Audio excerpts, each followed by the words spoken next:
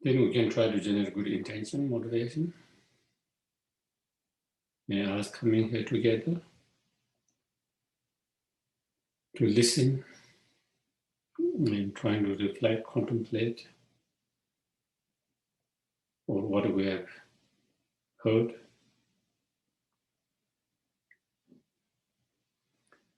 And as well as engage in discussions, may all of these become cause and conditions to a correct understanding and realization of the emptiness.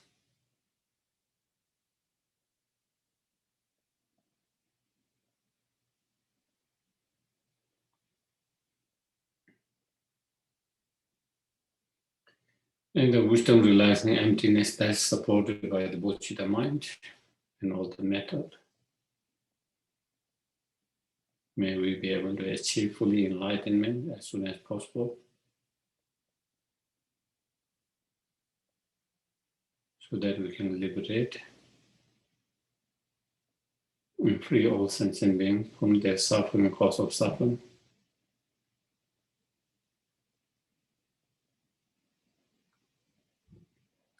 To guide and lead them to a fully enlightened state.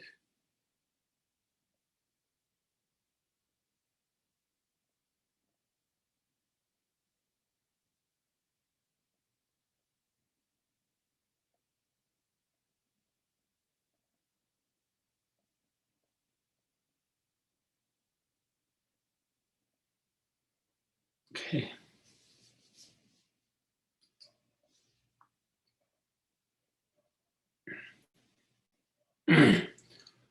To the founder, the endowed, unstandard destroyer, the one gone beyond, the four destroyer, the completely perfected, fully awakened being, perfect knowledge and good conduct, no Sukada, nor of the world, supreme guide for human beings to be tamed, teacher of God and human beings to you, the completely and fully awakened one, the endowed, unstandard destroyer, the glorious conqueror, the subduer from the Shaka plane.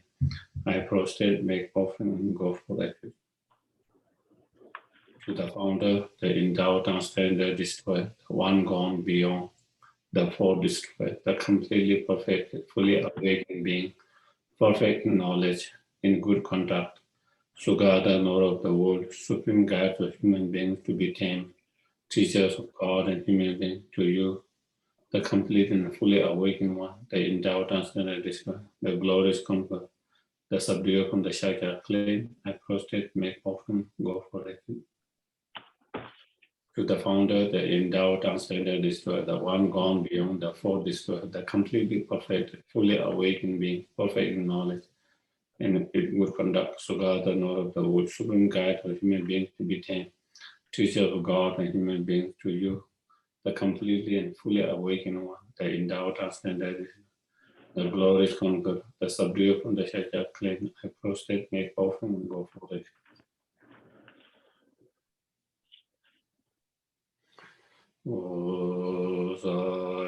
오사시필기 중심에도 라마레라발리시 임대년반디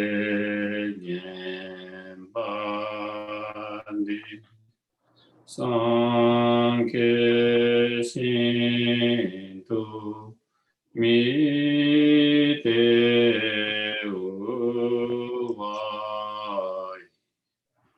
노근 나마다신 주파라쇼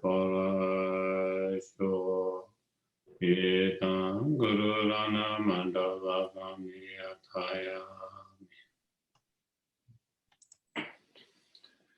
I go for refuge until I'm enlightened to the Buddha, the Dharma, and Supreme Assembly. By the merits I create to listen to the Dharma, I become a Buddha in order to benefit all sentients. Sangye Sherab Soge Sonamba Chanju Pagadan Dagi Shujegi Besonam Kula Pinje Sangye Sangye Sherab Soge Sonamba Chanju Pagadan Dagi Shujegi Besonam Rola Penje Sangir Gova.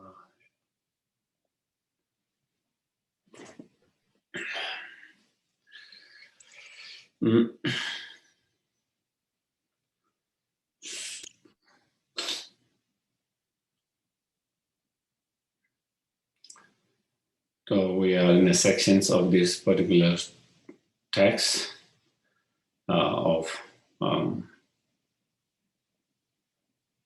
the practice of high scope, and within that, cultivating the Bodhicitta mind and engaging into the both practice of those perfections, and within that, more detailed explanation of the last two one, the karma abiding and shamatha, and within that we are on the shamatha part. We finished the shamatha part, and we are on the wisdom.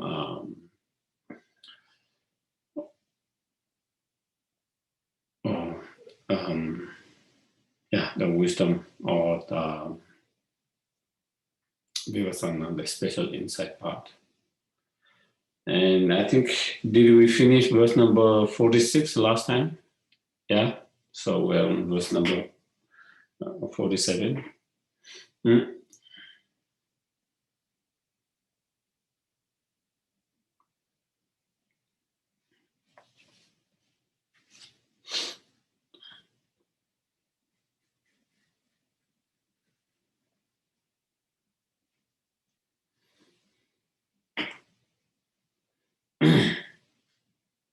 The 6 is then, identifying, because in the previous verses, we talk about what is the method, and one need to cultivate the wisdom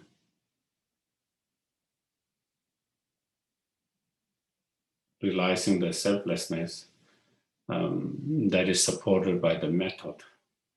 Without that wisdom, without the method, one cannot achieve fully enlightenment just by the wisdom realizing selflessness by itself. And then it identified what the method was, and now, what is here the wisdom means, because there are so many different wisdoms. When we talk about wisdom, there's countless wisdom. And so here, we're talking about very specific wisdom, So, so that is where, so in verse number 47, that is what is identifying the wisdom,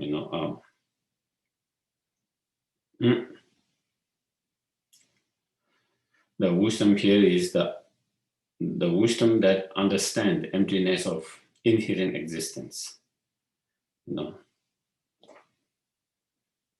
Inherent existence of, existence, truly realizing that aggregates, such as the 5 aggregates, the aggregates of form, feeling, compositional factors, discrimination, compositional factors, and consciousness.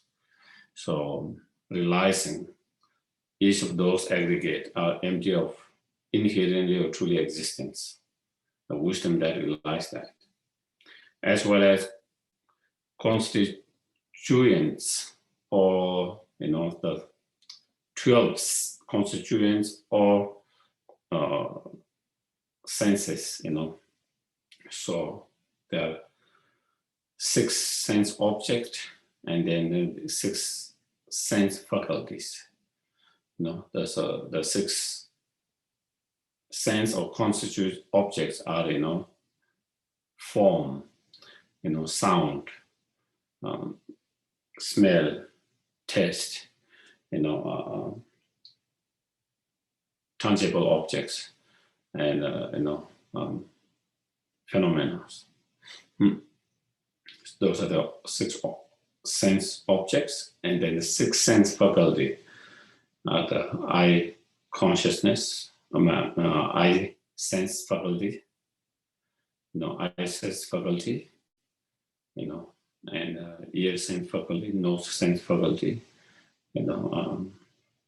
tongue sense faculty, bodily sense faculty, and the mental sense faculty. So those are the 12 senses or 12 consciousness.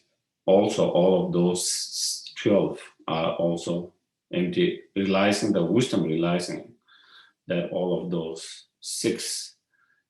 the 12 senses are also empty of inherent existence. And the source are not being produced. The source here refer to the 18 sources or 18 elements. The 6 objects, the 6 faculty, and the 6 consciousness.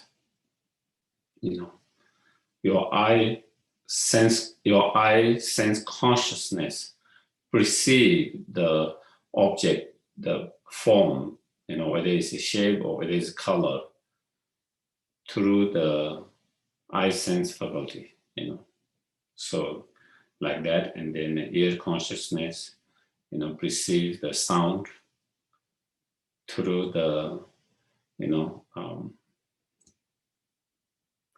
ear sense faculties, and so on.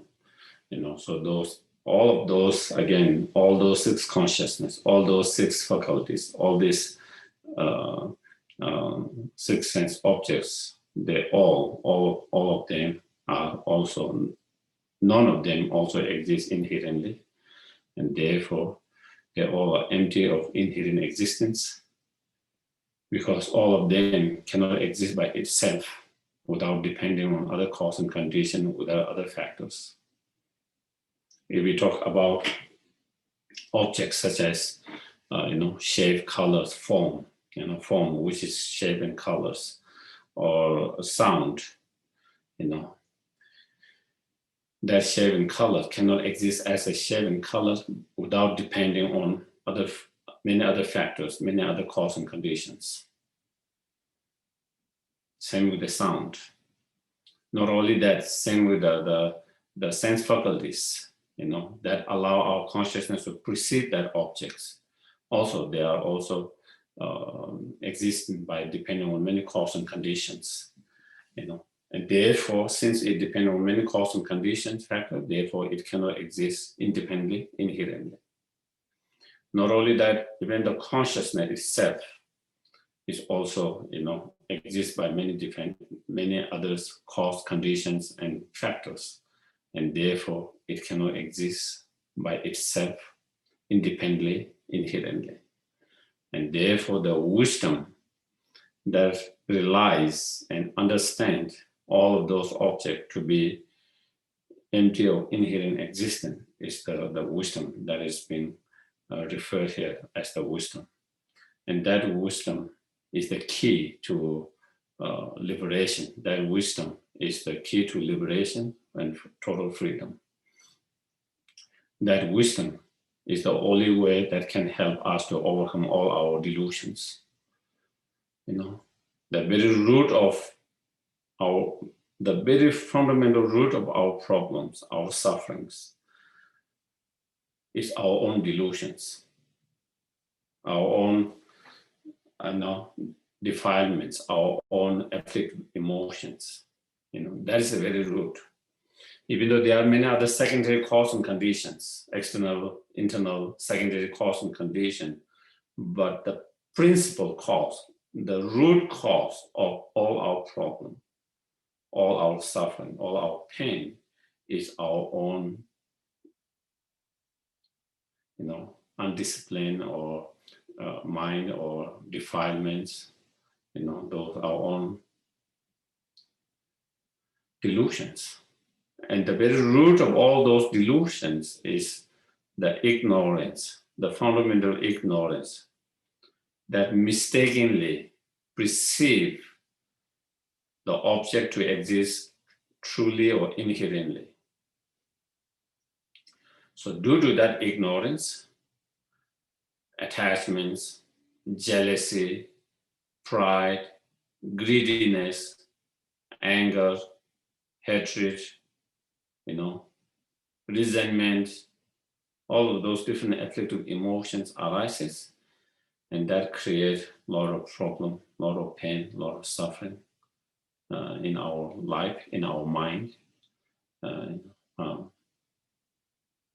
they all those afflictive emotions are rooted in that fundamental ignorance, That is what drives us into samsara and suffering.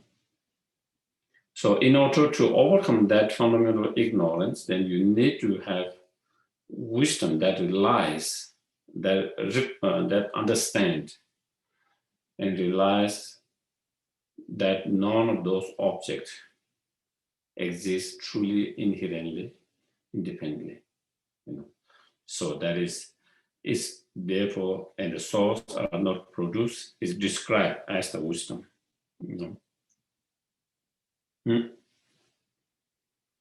So even though all the aggregate constitutes and sources are being produced, but they are being produced by depending on many causes and conditions and many factors.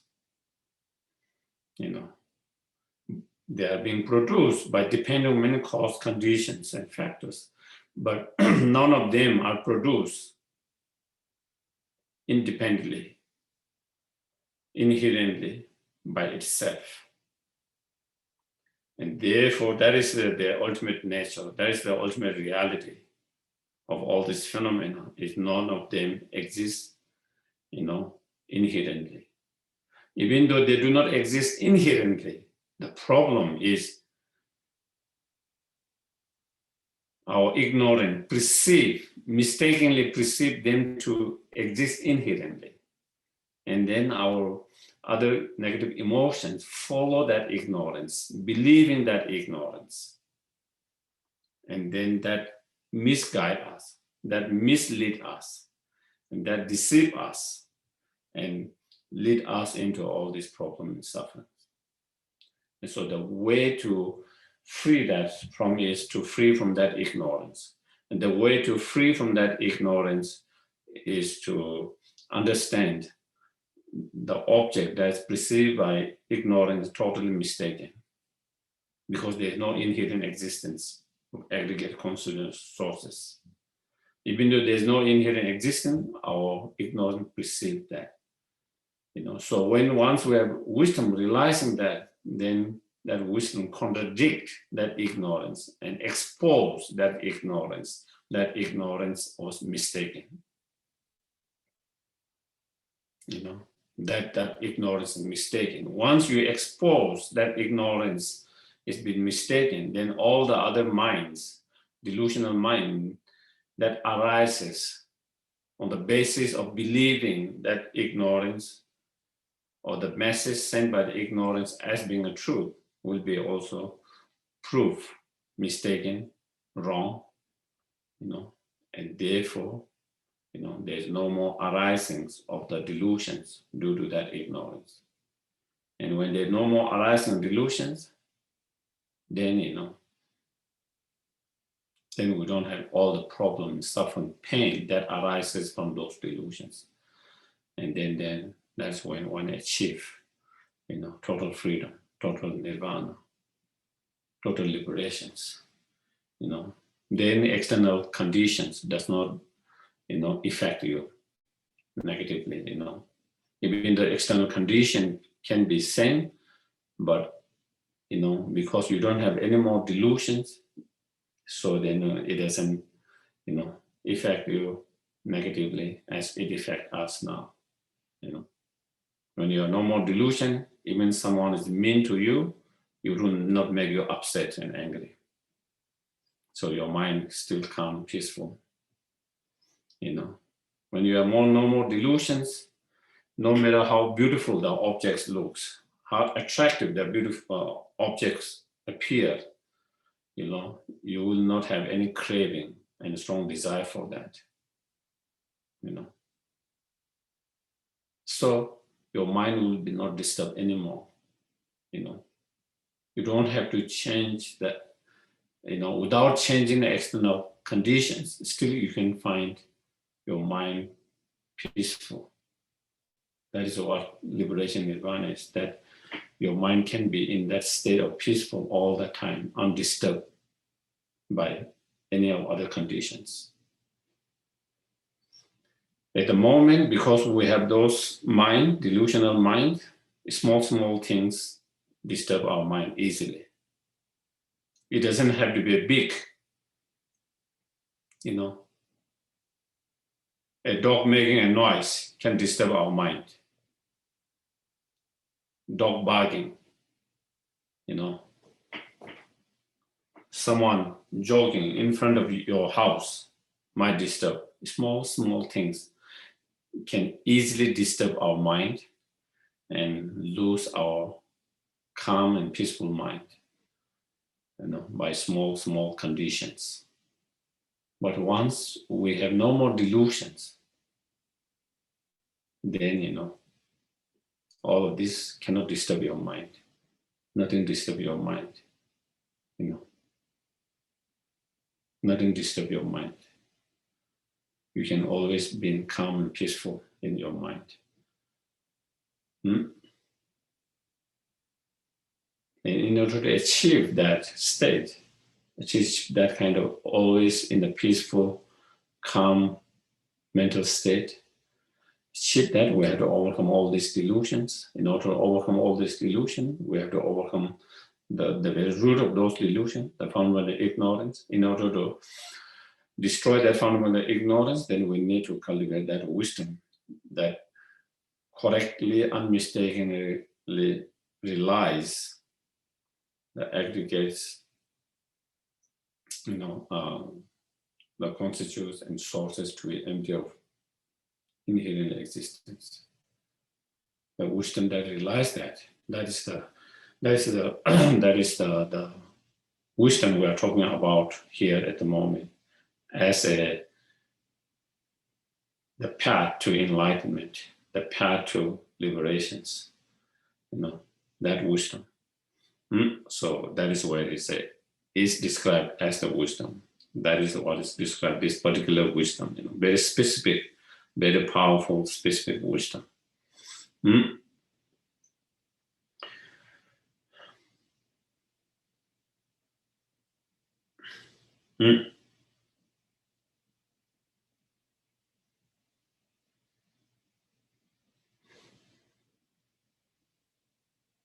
And this, when we have realization and emptiness of all the phenomena, that understanding of emptiness is not understanding of something emptiness, that object that was there before and now it is no more there, not that kind of emptiness. For example, the glass of food or water before, and after I drank all of them, is empty now. That kind of empty it was there before, the water was there, but then now, after having drank it, or after throwing, or after water something, plant, now it is empty. We are not talking about that kind of emptiness here. The emptiness here is talking about the nature of all phenomena has been empty from the very beginningless time. Something which has always been empty. Are you clear? Not something which was not empty before, and due to certain cause and condition, then it become empty later. Like the water being empty. Or, the clouds, the sky being empty of clouds now. Before there was full of clouds in the sky, and now it is empty due to change of certain condition. There's no more clouds. So in that cases, it was there, but then later it become empty. But when we talk about emptiness as being the nature, the ultimate reality or nature of particular any phenomena, we are talking about empty, the nature of that being empty from the very beginningless time. As long as the object was there, so has the emptiness of that object being there. The moment the moment object come into the existence, it come in the nature of empty of inherent existence. It has always been empty of inherent existence. It wasn't that there was, inherent existence one time and then later, due to your analyzing, then it become non-inherent existence. Do you get it?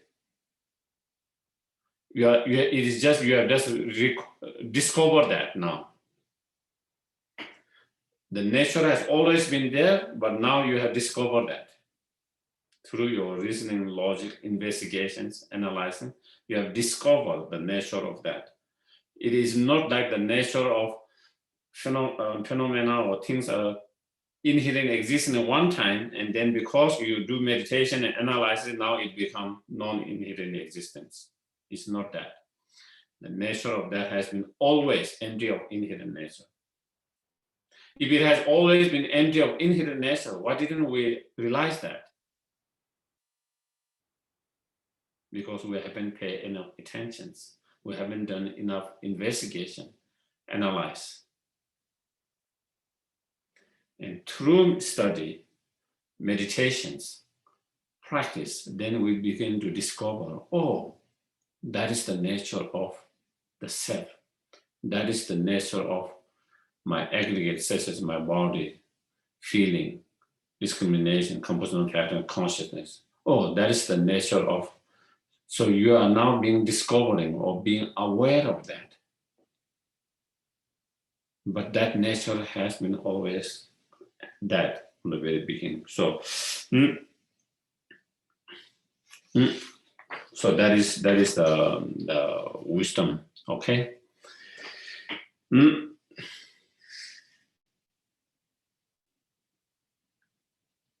in terms of meditating on shamatha, so up to here, we finished the karma abiding on shamatha. And then, there's after that, then there is the special insight, vipassana. And within the vipassana or special insight, then, the certain outline we just finished, why we need the vipassana, and why the vipassana or the special insight need to be supported by the method,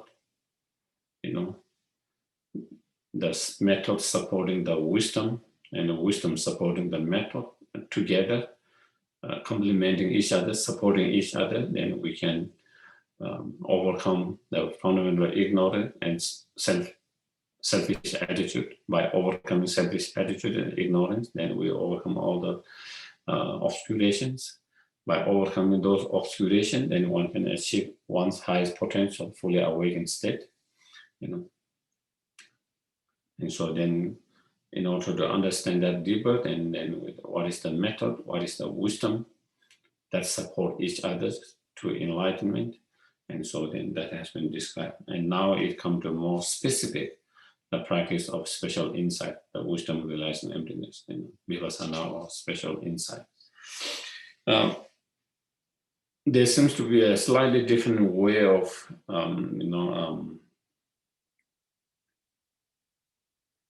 according to different commentary, there seems to be a slightly different way of presenting it in terms of outline. And so I kind of like one particular presentations in terms of how it is outlined. So I thought maybe I might just follow that. And in that, then in terms of training into the special insight, then there is extensive explanation and then kind of summarizing it. And for the first, in terms of extensive explanations, then there is a kind of pre-requested or preliminary required before the actual practice itself, and then how to meditate or practice in the special insight of emptiness, and then result of having meditated on special insight of emptiness,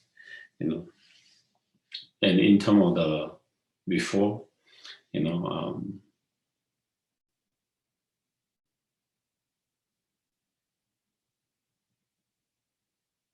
in order to meditate on special insight, prayer requirement is karma abiding.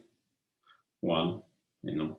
Secondly, relying on qualified teachers that can explain correctly this particular subject of emptiness, because emptiness can be misunderstood. You know, in the past, many have misunderstood. It is being misunderstood even in this time. You know, even some of most intellectual people also misunderstood the meaning of emptiness. You know, so that it requires really authentic, good teachers who have correct understanding of that, so that it's presented unmistakably. You know, so, and then, you know, studying ourselves in relation to, by depending on such teachers, you know, then studying ourselves, learning, studying about them. And then once we have studied and learned about them, then applying what you have studied and learned into our practice, you know, the reasoning and the logic. You know. So through reasoning and logic, we come to a certain understanding, conclusion of certain understanding. So using the reasoning and logic, as well as authentic scriptural quotations. You know, authentic scriptural quotations help us to also have more stronger and deeper and profound understanding and conclusions of that understanding. You know, not only we do using our own wisdom to analyze, examine the true nature of the objects. What is the true nature of the objects? What is the true reality of that object? Not only we use our own wisdom, reasoning, logic in order to find, sometimes even through our reasoning logic, even we have found it, sometimes we might still not be sure. Sometimes because we might question our own wisdom. Sometimes we might caution our own findings. Sometimes we might caution our own experiment, our own reasoning logic. Even though our reasoning logic lead to certain conclusions, but sometimes we might even, and then in those cases, relying on authentic scriptural quotations that has been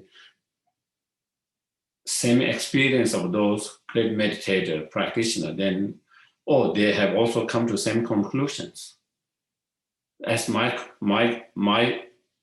investigation, my examination, my analytical. So then it gives you more confidence, that you, and trust in your own understanding. So that is how it helps,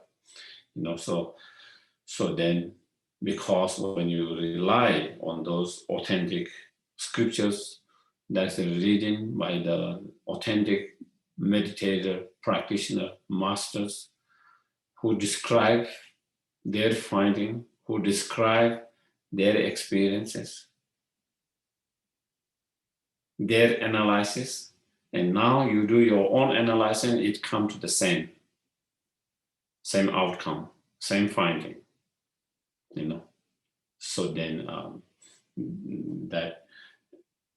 that helps much more, even to have more stronger convictions in your own finding, in your own, and so those are the kind of, and so as part of that, then reasoning logic is important, as well as authentic scriptural quotations from authentic meditators and authentic teachers, masters. Relying both on them can be extremely beneficial and helpful in our meditation, in our practice. And so therefore here, then here it goes through certain reasoning and logic, how to investigate, how to analyze in order to understand the ultimate nature of the objects, or the reality of the objects, And so there are many different reasoning logic one can use, and here they describe certain, specifically 3 different reasoning logic here, even though there are many different reasoning logic that one can use, but here it describes particularly 3 reasoning logics, So in verse number 48, then there's one,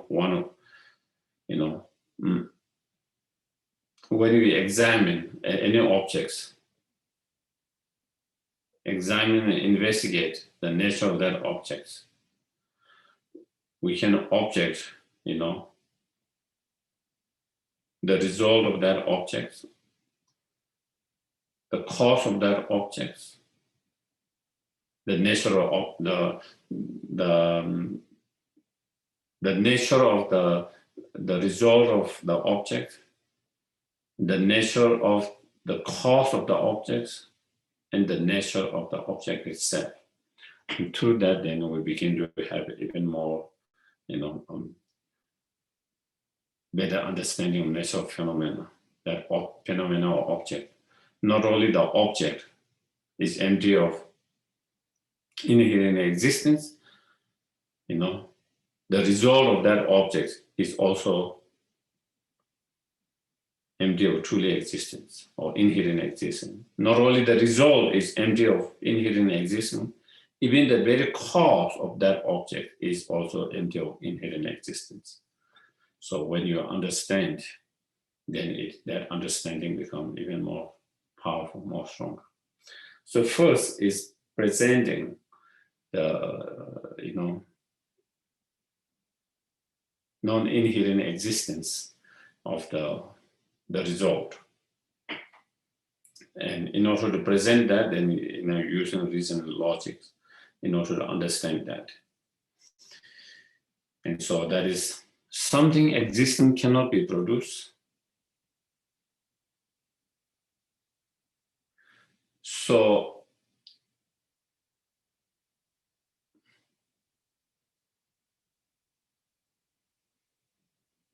the middle way schools of the Buddhist middle way schools, such as Nagarjuna, Prasangika, when he presents,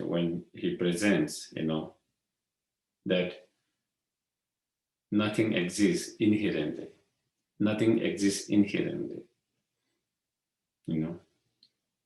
Then in certain,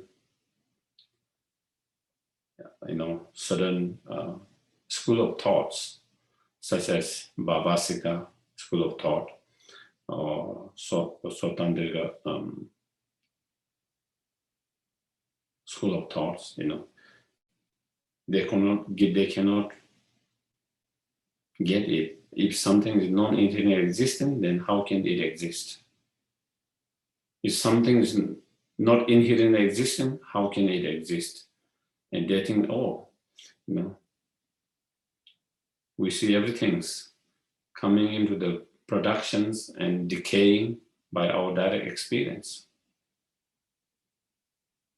Inherently, not only it comes in productions and decaying, it comes into inherent productions and then it remain or abide for a certain time, and then at the end, it inherently decayed.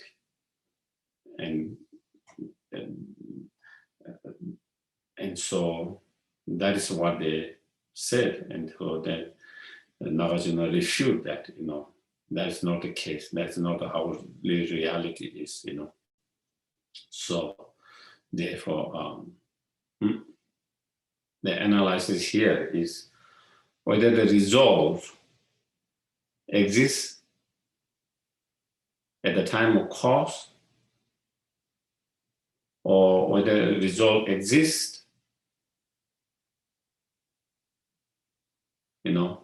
without being at the time of cause, or whether result exists by being both of them, being at the time of cause, or also not being at the cause, or result being neither of them. So there's four possibility that could be. If it exists inherently, there is four possibility, and there can't be other way of existing it. And so that is where the analysis is done here. So that is where first something exists cannot be produced. So what it means, so now we become, when it comes to this kind of reasoning logic, it becomes a little bit kind of technicals,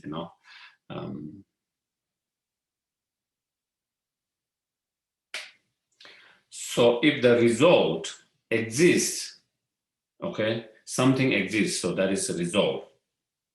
If something exists, the result exists at the time of cause. If it at the time of cause, then it cannot be produced. Then there is no reason to be produced anymore because it already exists.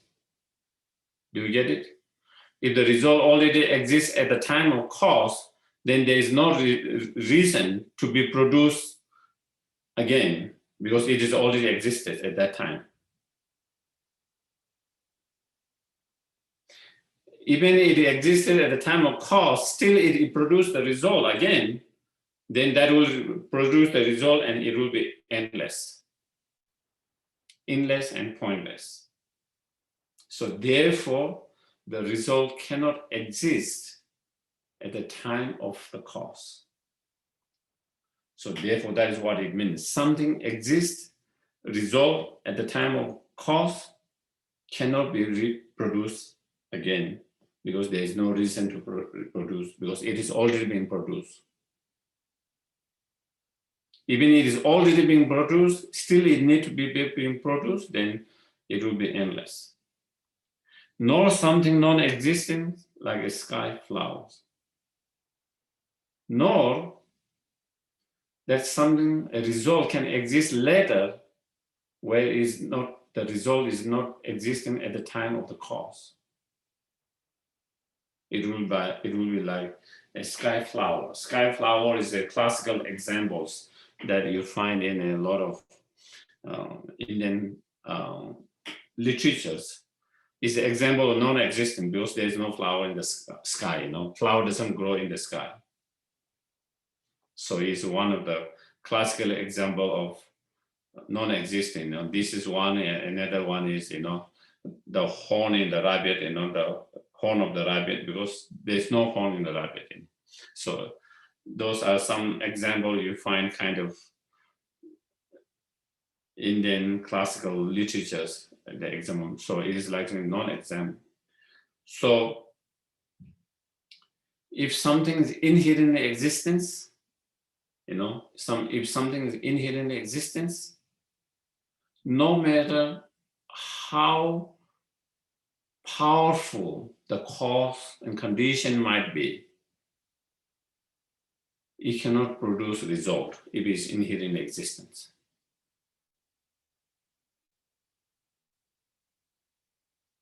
Okay? If it is inherent in existence, it becomes static, permanent. And it will always be as it is. Because if it's inherent in existence, it becomes independent existence. If something is independent existence, it doesn't depend on cause and condition and other factors. And therefore, things cannot change by depending on other factors, by depending on other cause and conditions. But if it's not independent existence, if it's something interdependent existence, something non-inherent existence, then things can change. Certain cause and condition can give rise to certain result. Are we clear that? Okay.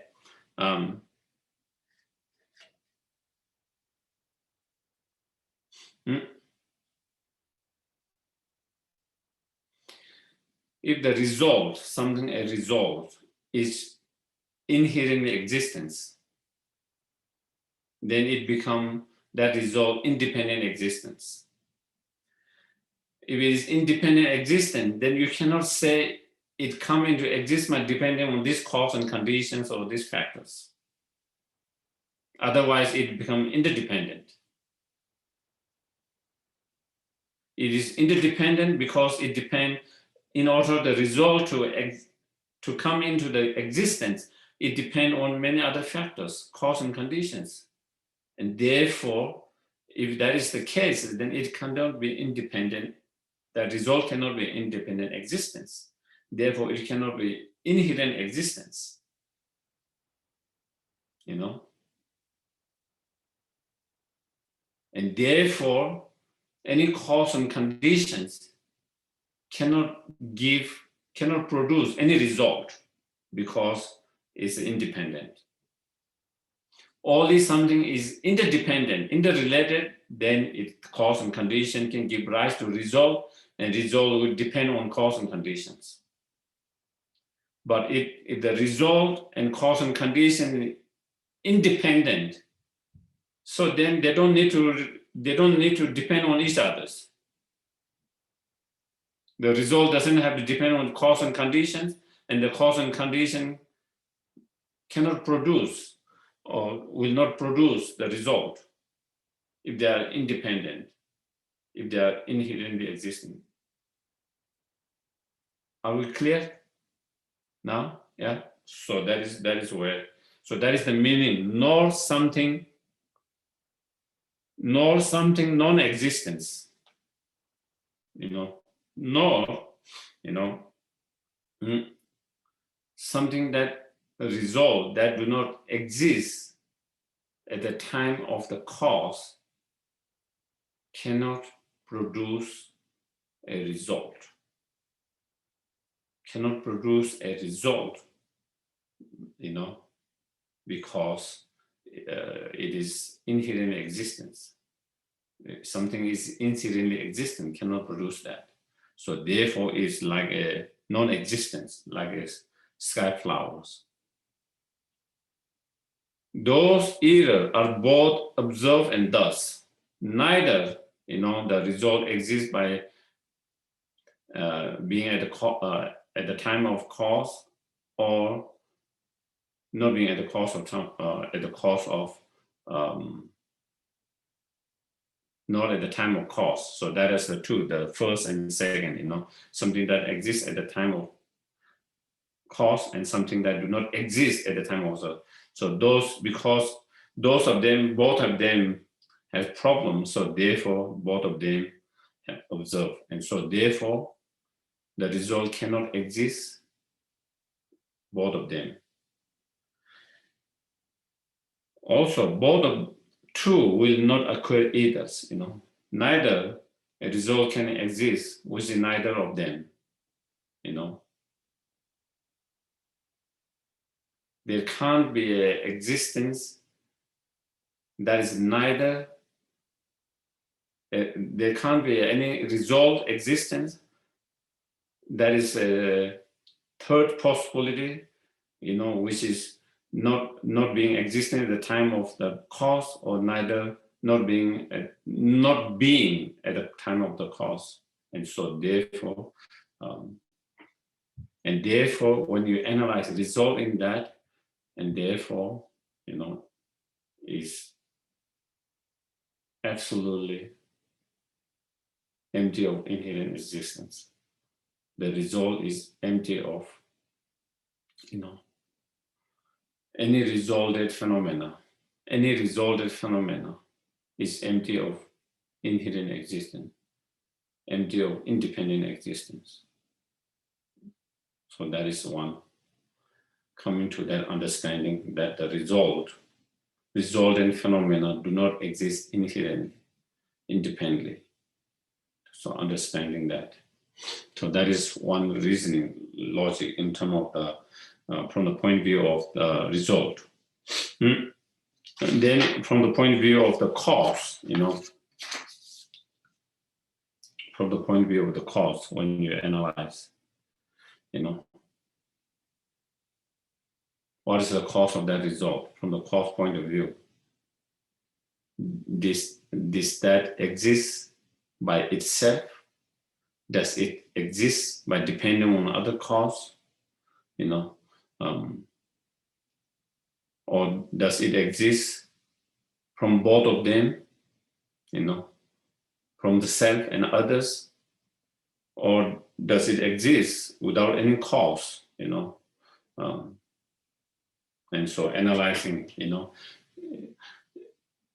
if something exists by depending on cause, then what is the cause? What is the cause? Is the cause, is the result exist by itself, that cause, or does it by another cause, or does it exist by both self and other cause, or does it exist without any causes? There are all three possibilities. If it exists inherently, and truly, and so that is the analysis being done here.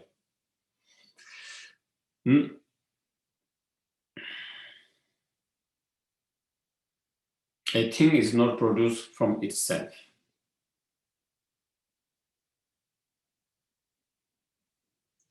Something that exists, something that comes into the productions, something that arises, if it is exists or it is produced by itself, by itself,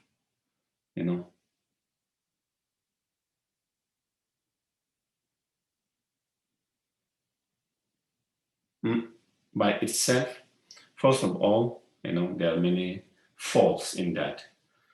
If it resolved by itself, then there's no reason to be produced, because at the time of cause itself, it is already being produced. There's no extra reason to be produced. And even having already been existed at the time of cause, even still it's produced, then it will be endless productions. Or, there is another problems to that kind of points. If it exists by itself, then, the result and the cause become one, inseparable. So then you cannot say this is cause, this is result, and this cause produced this result. This result was dependent on this cause, because they become inseparable one. If it exists by itself. If it exists by itself, then they become inseparable one. If they become inseparable one, then you cannot say this is the cause, this is the result. This cause produced that result, and that result is productions of that cause, or depending on that cause. We cannot that, and so therefore it cannot exist by itself. So that is, a thing is not produced from itself. If it's not being produced from itself, the other possibility is that it can be produced by depending on other cause. So that is why nor from others, another, nor from another. And here it is saying, and also the result cannot exist if as is mentioned, if the result is inherent existence or independent existence. If it is inherent independent existence, then also it cannot depend on other cause. If it depends on other cause, then it cannot be independent existence. It cannot be inherent existence.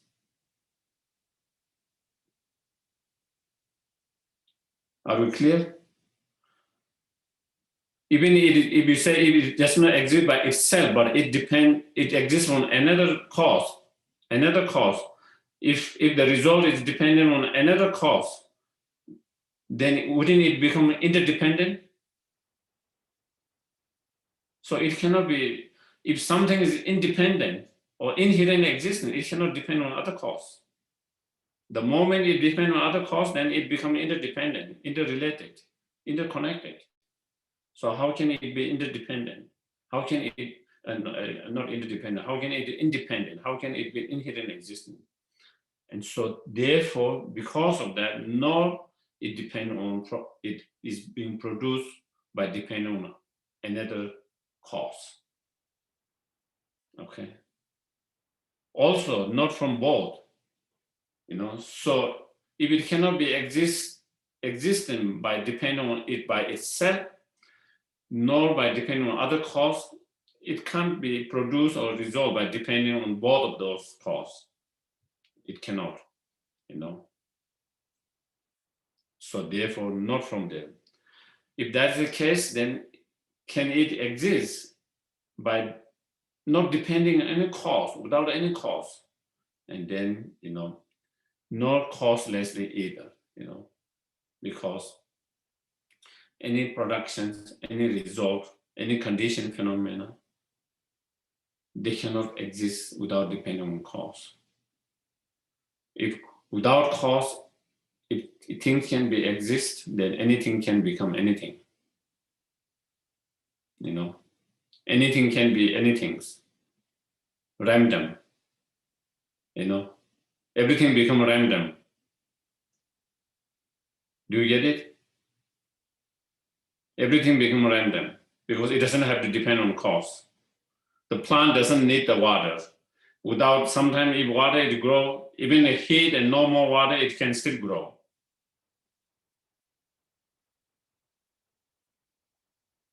Because it doesn't depend on cause. So if something doesn't depend on cause, it can be random. Anything can be happen, anything,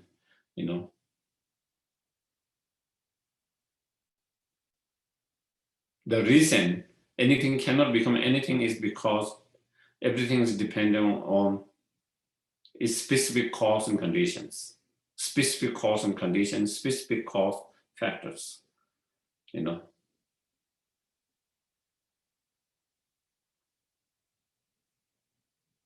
But it is causeless. If it has no cause, then anything can become anything, So there is that problem. Therefore, causeless neither. Thus, it does not exist even by way of its entity. Therefore, when you analyze from the point of view of cause, whether the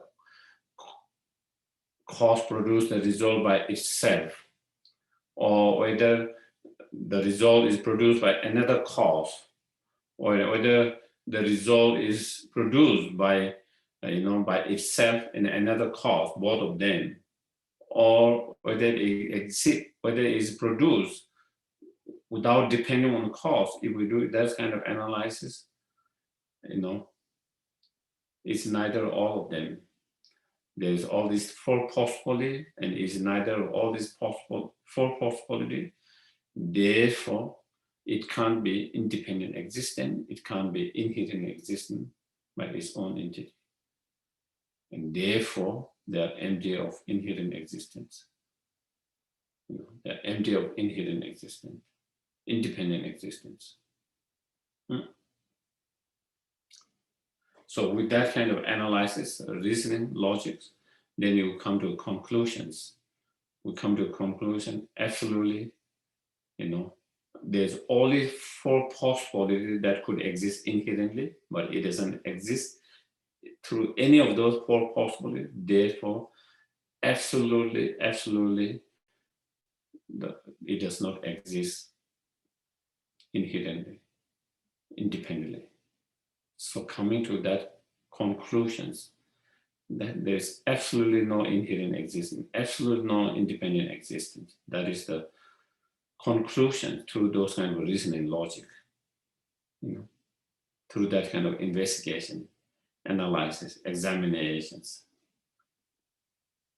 That is whatever different reason and logic we use, different reason and logic, whether the reason we use is explained, whether it's on verse number 48, or whether the reasoning and logic that is explaining this just now in 49, or whether it's the reason and logic that will be explained in the next verse 50, or many other different reason and logic you find in others, many different writings. You can use any of those different reason and logic, but at the end of the reasoning and logic, the conclusion is leading to this understanding. Because it's not that, because this is not that, because it's not A, because it's not B, because it's not C, because it's not D, therefore it can't be, inherent existence. If it's inherently existent, it has to be either A or B or C or D. But when you analyze it, it's neither A, B, C, and D. And therefore, it can't be inherently existent. Therefore, it's empty of inherent existence, independent existence.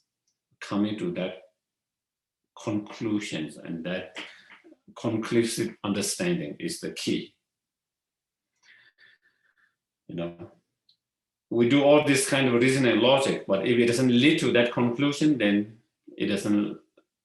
Then you still hasn't found. You still hasn't found the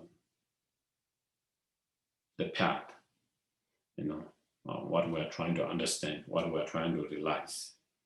Still you are not there. No.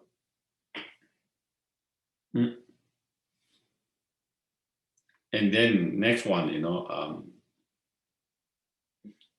analyzing the nature of the phenomena itself. So we analyze the result, we analyze the cause.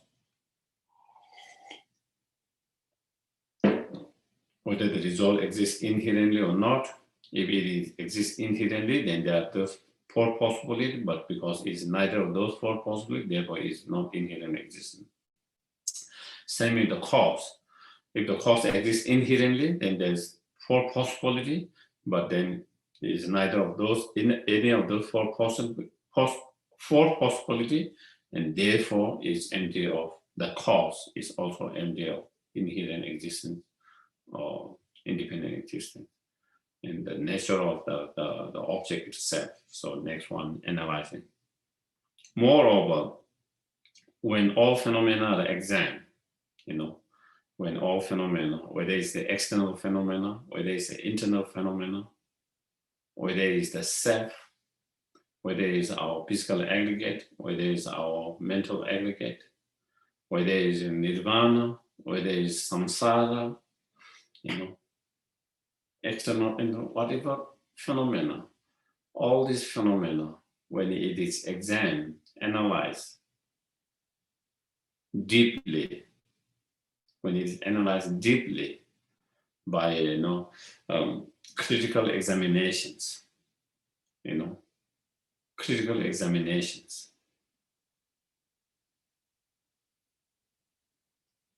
Critical examinations of the ultimate examinations, trying to find what is true nature of that phenomenon. What is that? When you're trying to find that, when you examine that, as to whether there are one or many, they are not seen to exist by way of their own entity.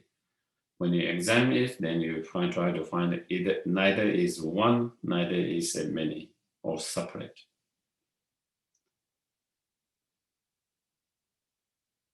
And therefore, if it's neither one and separate, if that is the case, then they cannot exist by its own entity, by itself. So that, for example, we can use that reasoning first, if we use with ourself, the so-called the self of the persons, in my case, Atisha. Who is Atisha? What is the true nature of Atisha? What is Atisha? You will try to find that, and you can find out yourself who you are and what you are. So which we call me or I or self or persons, whatever whatever different term we use to describe ourselves, or to identify me, I, self, the persons, whatever. So-called the self or I, the persons, is,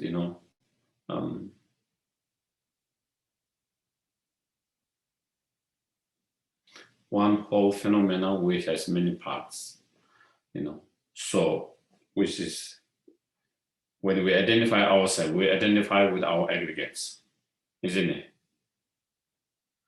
When we talk about ourselves, either it's something to do with our body, either it's something to do with our attitude, our way of thinking, our views, our feelings. So it is something to do with our aggregate, something to do with our physical aggregate, something to do with our feeling aggregate, something to do with our discriminating mind feeling, composition of aggregates, or consciousness aggregates. When we identify ourselves, who we are, we identify, in collections of those aggregates, our views, our thoughts, our attitudes, our physical appearance, and all of that. So the so-called the I or self, me, that we identify as self, is very much related and dependent on the aggregates.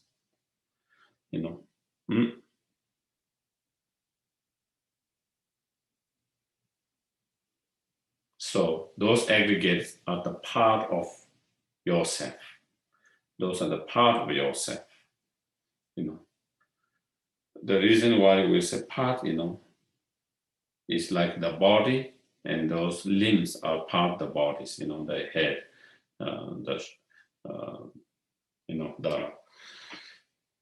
the shoulder, the hands, the legs, the feet, all of that, they are part of the body. In the same way, the person and person's part is our aggregates. So if the self, so-called the self or I of the persons, exists inherently by itself,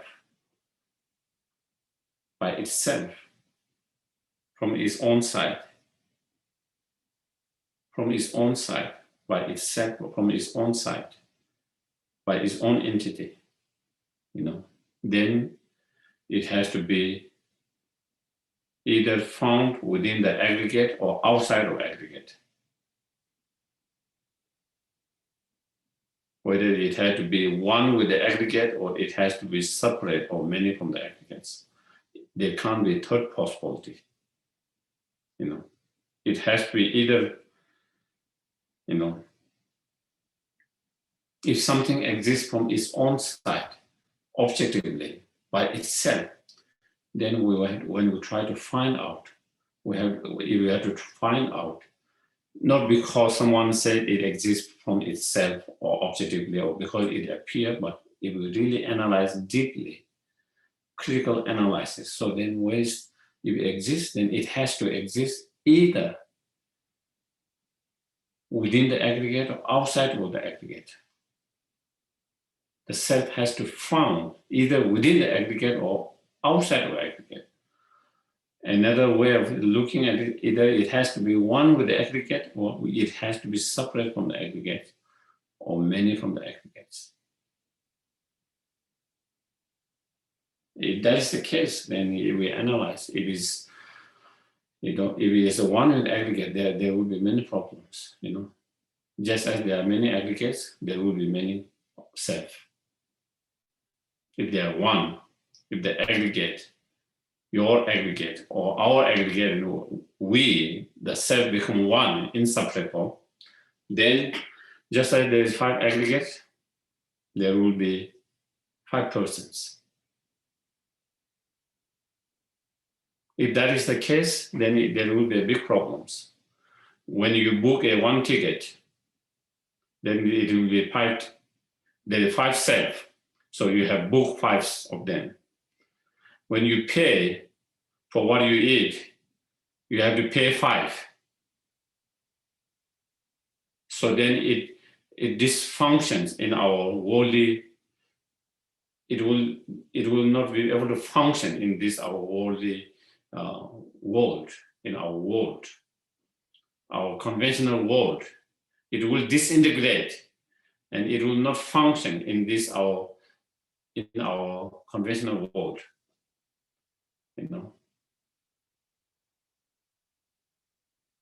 Then people will think you are crazy. They will take you to the hospital if you say, there's 5 of me.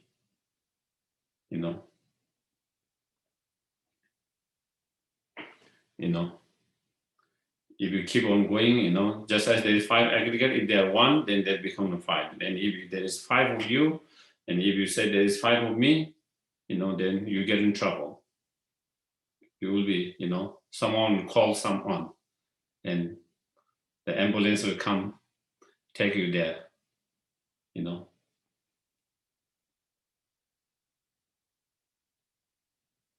So therefore, there can't be 5 me or self or I, even though there's 5 aggregates.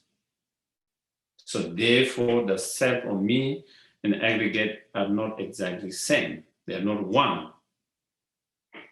They are not one.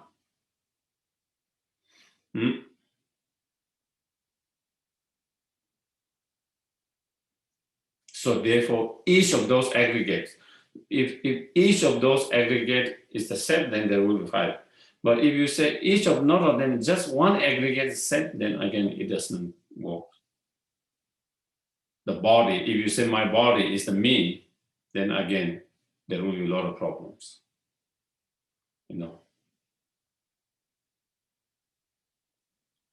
Then when the body dies, then you will say there is no more continuation of me.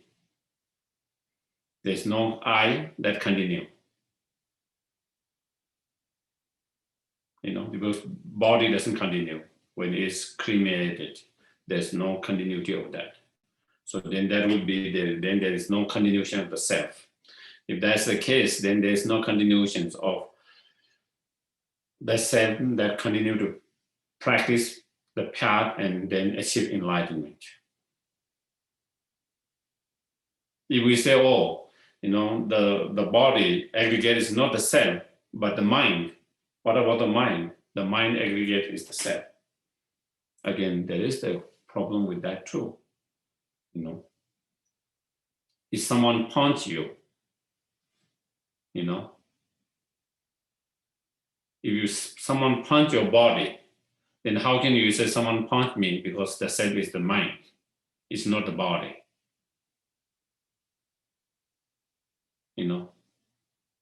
You cannot complain to the police. Someone is being violent to me, abusive to me, because he or she hit me. Because that body is not you. You and the mind are one, and you are the mind. It's that aggregate. And so again, there is problem with that. So therefore, neither the self is one with the consciousness, the mind. And so when you do that, so neither each of those aggregates are the self, each of them, all of them are neither this the self, neither one of them is the self or the I. And therefore, the self is not one or the same or one with the aggregate. Another problem with that, if we believe and perceive they are one, another problem will be if they are one, the aggregate and the self are one, then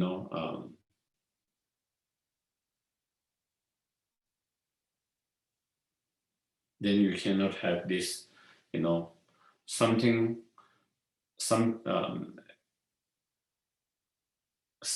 something that is to object of experience and something that's experiencing it.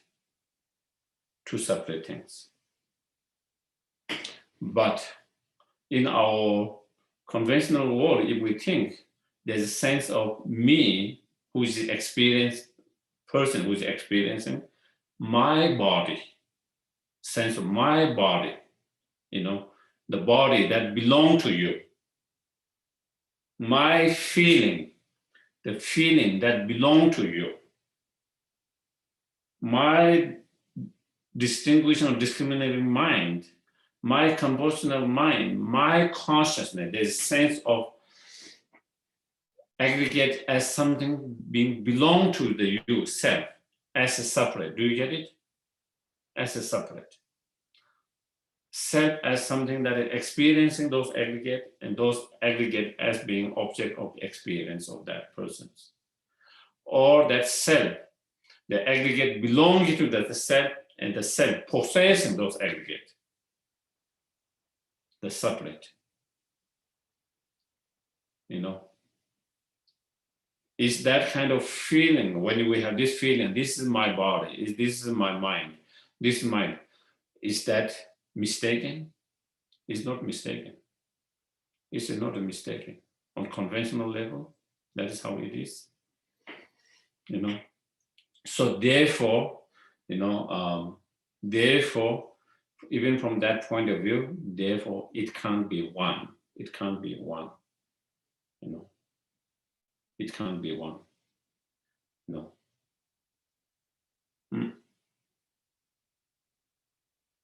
If it's one, then it's not possible to have,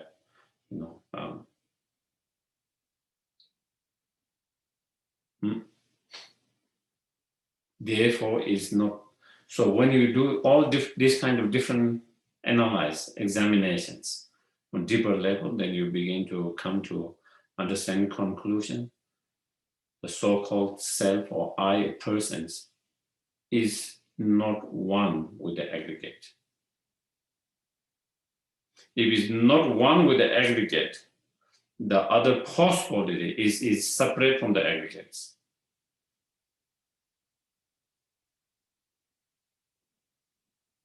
Okay. If it's separate from the aggregate, if there's a such called self, or I or me, a person that is separate from the aggregates, then when you take away each of your aggregates, is there a self that can function as a self when there's no more aggregate?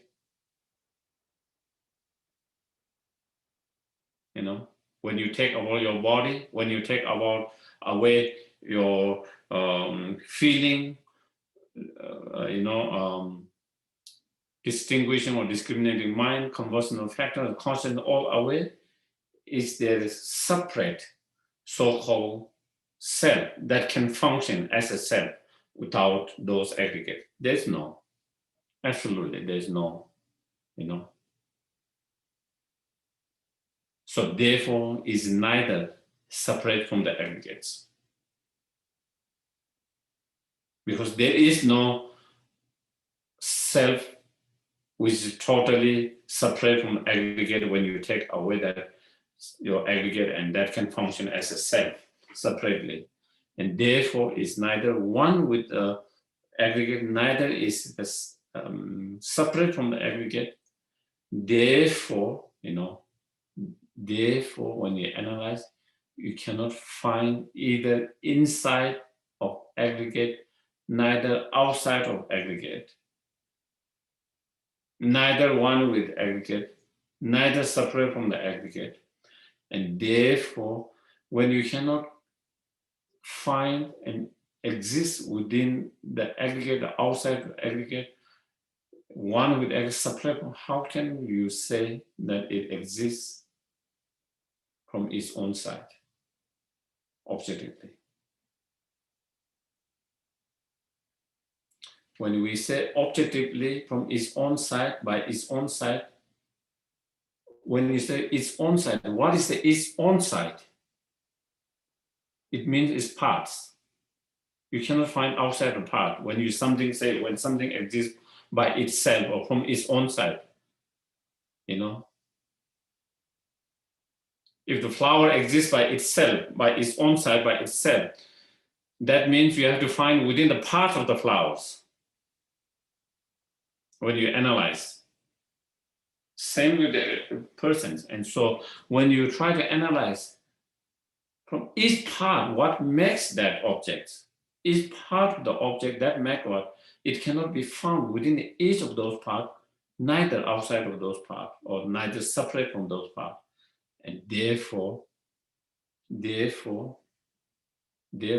becomes very clear. Therefore, it becomes very clear that object does not exist from its own side, by itself. By itself, by its own side, from its objective side. If there is something that exists by itself, by its own side, objectively, you have to find within the object. When you say within the object, then it's the part, different part that make that object. You have to find within that. But that is not the case. When we examine, you cannot find, neither outside of that. And so therefore that becomes very clear that that phenomena, that object do not exist, exist by way of its own entity, by itself, from its own side, from its own side objectively. And therefore, and thus are ascertained as not inherent existence. And since they do not exist,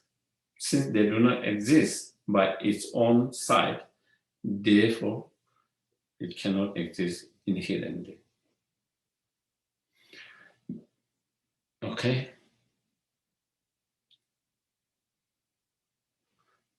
Did it confuse you more?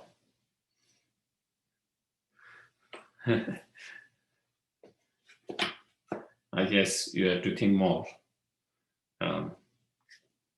As I mentioned at the very beginning, some of those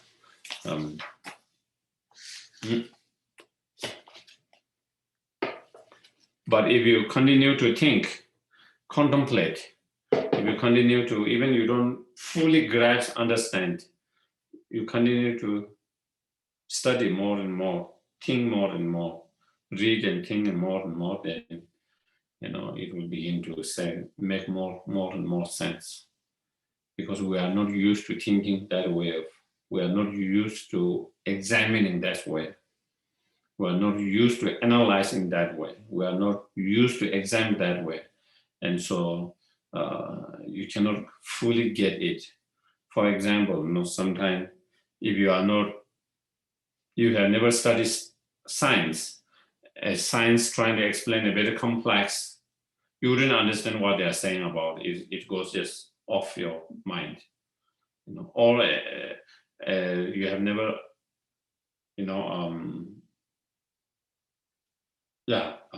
technology, you don't know how to function with this technology terms and all different how they function, and if someone try to, wouldn't be able to understand everything immediately, Same way, because we are not used to analyzing this way. We are not used to examining that way. We are not used to such reasoning logics. And so therefore sometimes it takes time to really understand, and so for that we have to kind of continue to study, reflect, think more and more, because it's very crucial. It's very crucial to end the delusion and end all the problem and suffering. So I think today, we will kind of stop here. If anyone has any questions, I can take one, or any comments.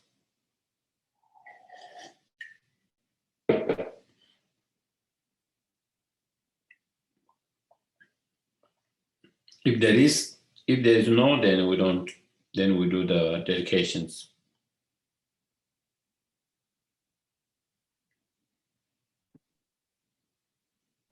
Okay, I have our dedication list. Actually, we should have a new one because we changed months, but we'll just we'll do this one again, and then next week we'll start with a new list.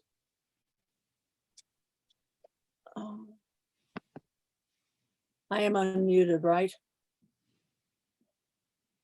Can you all hear me? Yeah. Okay, thank you. Okay, so to dedicate for those who are suffering obstacles and for them to be able to overcome those obstacles, we have Alyssa, Laura, Tavio H, Joe J, all people caught in the state of conflict, Stella, Himene, Mara, Ali J, Jana, Siri, Jiwon, and SJ. Those who are suffering illnesses, Jane Braswell, Michael Malone, Uma, Ralph C, Dorcas, Judy L, Susan P, Kathy N, young woman with the brain cancer, Pimene's mother, Leonard P, Benray Lujan, Roger Montoya, Catherine, Leonard Peltier, Jim Bailey, Mary Smith, Walter R, Diane Lindsay, Stephen, Michael, Cecilia, Susan, Carol, Sean, David, Bob Halley, Randy R, Kathy A, Lisa C, Cleo, Shira, Siri, and Sarah. I can't read my writing, I'm so sorry. And those who have recently died, Stephen Citrullo, Cranberry the Cat, Michael Kirst, Virgel Gomez, Teet Nahan, Jason, Rowena, Corky, Hawk, Patricia Maroney, Dr. Paul Farmer, Dee Romero, the woman whose body was found by the Pilar Bridge, and her name is Claire.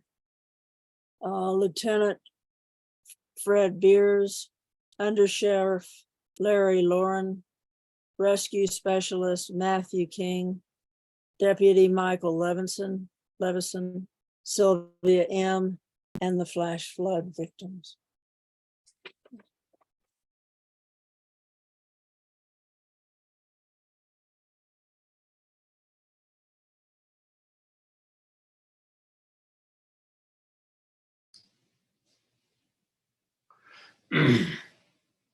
During the merit of this virtuous action, may I quickly attain the state of Guru Buddha and lead all living beings without exception into that enlightened state.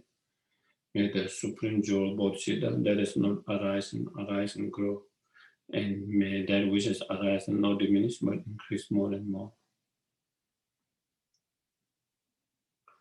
Ide kande tende malu kande chungye sambe ishi karin chungme tenzin jato sowa deso tuje sunju sho.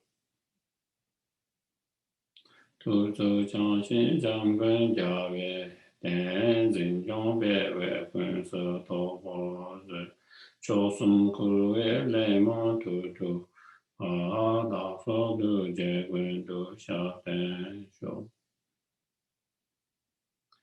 Lava nu chosa de doa la gyawa kun le la betin jen jen la ya samchin cho de rizu su chen la ka den tenbe ke sha so. Okay. Beloved teacher, leading your students toward wisdom, passion, explaining through exacting discernment the steps of the graduated path. You're an unequal guide. Please live a long and stable life. Thank you very much, everyone. Good night. Thank you. Thank you so much. Thank you so much, Geshe, for breaking this down into little bitty bites where maybe we can get a handle on it. Thank you so much. Thank you, Geshe.